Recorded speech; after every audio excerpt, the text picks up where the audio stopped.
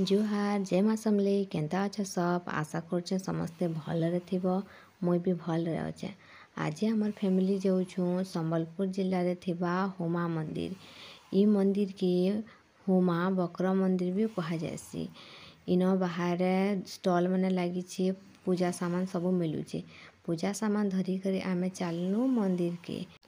एटा देखो मंदिर रो दृश्य भीतर के तो फोन अलाउ निन बोले बाहर एटा टिके मुई वीडियो करि देछे।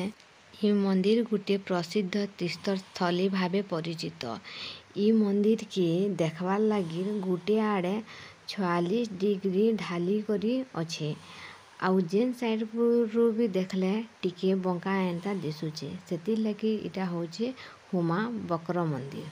टिके को नई करी अच्छे तो सेति लगी तार ना बकर मंदिर। इटा हमें पले आसनु महानदी आड़े बुलबार लगी। इठान देखबार लगी अच्छे बड़ बड़ माछ आ डंगारे बसी करी माँ काली के दर्शन करी जे पारबे। केड़े केड़े माछ देखमा इटा होचन साक्षात प्रभु। इठानर माछ के जे धरी करी नेबा आ काटबा से पत्थर हो जावा बोली कहा जाइछे। सेति लगी इनर माछ के किए धरनी। इनो माछ मंकर खाद्य भी मिलुछे 10 टंका देले 8-10टा लेखा लाल लाल गोल गोलटा दउछन। इटा हमर इच्छा भी धरिछे केनता पकोछे देखो गुटे पके देले कितनी माछ माने पले आउछ। कहा जायसी थरे गुटे केउट ता स्त्री संगे माछ मारी जाइथिला। से सबु जगारू देखला केहनी न माछ नि पाइला। शेष के से हुमा मंदिर पाक के आसला।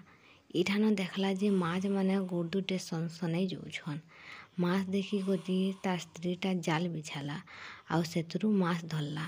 माछ पटेके नहीं करी से पंखी रे काटबा लगी प्रयास कला। पंखी रे काटला बेलाके से नारीटा पत्थर पलटी गला। से काहे लेके पत्थर पलटी गला से माछ रे स्वयं भगवान बास करथले सेति लगी से नारीटा पत्थर पलटी गला। सेति लगी इठानर माछ के किहे नि नियन कि काटी करी नि खन। इटा हमें डंगारे बसी करी माँ काली के दर्शन करवा लगी जाउछु। बहुते भक्त मैंने आसीथिले भीड़ टिके थिले।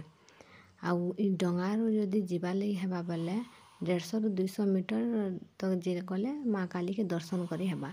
जणे कि ई डंगारे 20 टंका लेखा नउछन। महानदी रे डंगा रे बसी करी एते भल लाଗୁଥିଲା। आउ तार ऊपर फेर खरा आमर छोट निनी तो गरम रे रही नहीं पारथे ताहाकेटा आमे ओढ़े उढ़ा कर रखीछु।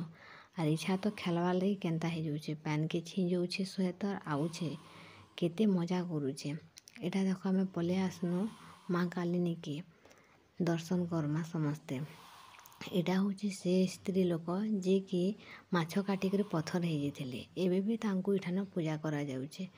इठान ई माँ काली ठान बहुत बड़ मूर्ति अच्छे। इना केहनी पूजारी निन निजे आसिकर दर्शन करी करी जे पारमा। सबुआड़े मुई टिके बुलिकर देखे दउछन देखुन केड़े बड़ प्रतिमा।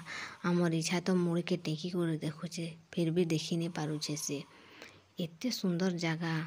समस्ते थरे आस इनु बुली करी ज एते सुंदर हेछे उमा मंदिरटा।